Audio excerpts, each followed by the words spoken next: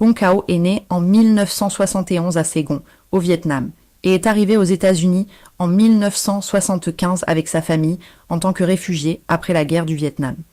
Il a passé une partie de son enfance en Afrique de l'Ouest, où son père travaillait pour l'USAID avant de s'installer avec sa famille en Virginie du Nord vers 1982, alors qu'il avait environ 11 à 12 ans. Il a étudié à la Thomas Jefferson High School for Science and Technology et fait partie de la première promotion diplômée de l'établissement.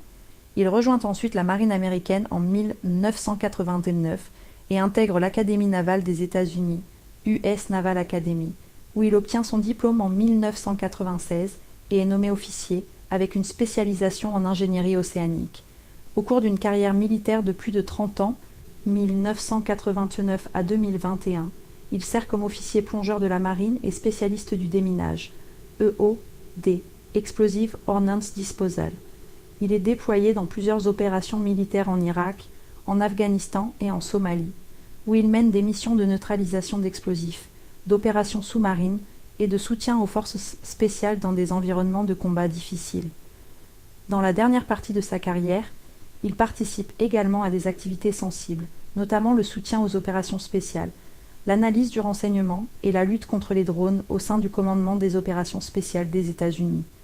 Il participe également à une mission de recherche dans le cadre du crash de l'avion de John F. Kennedy Jr. en 1999, dans le cadre de ses fonctions dans la marine. En dehors des opérations militaires, il travaille au Pentagone dans la gestion du budget de la marine et collabore avec le Department of Homeland Security ainsi que le FBI dans des opérations de lutte contre le terrorisme. Il est titulaire d'un master en physique appliquée obtenu à la Naval Postgraduate School et a également participé à des programmes académiques au MIT et à Harvard. Après avoir pris sa retraite militaire en 2021, avec le grade de capitaine, il entre en politique. Il se présente aux élections de 2022 pour la Chambre des représentants, puis aux élections sénatoriales de 2024, sans succès. En 2025, il est nommé sous-secrétaire de la Marine.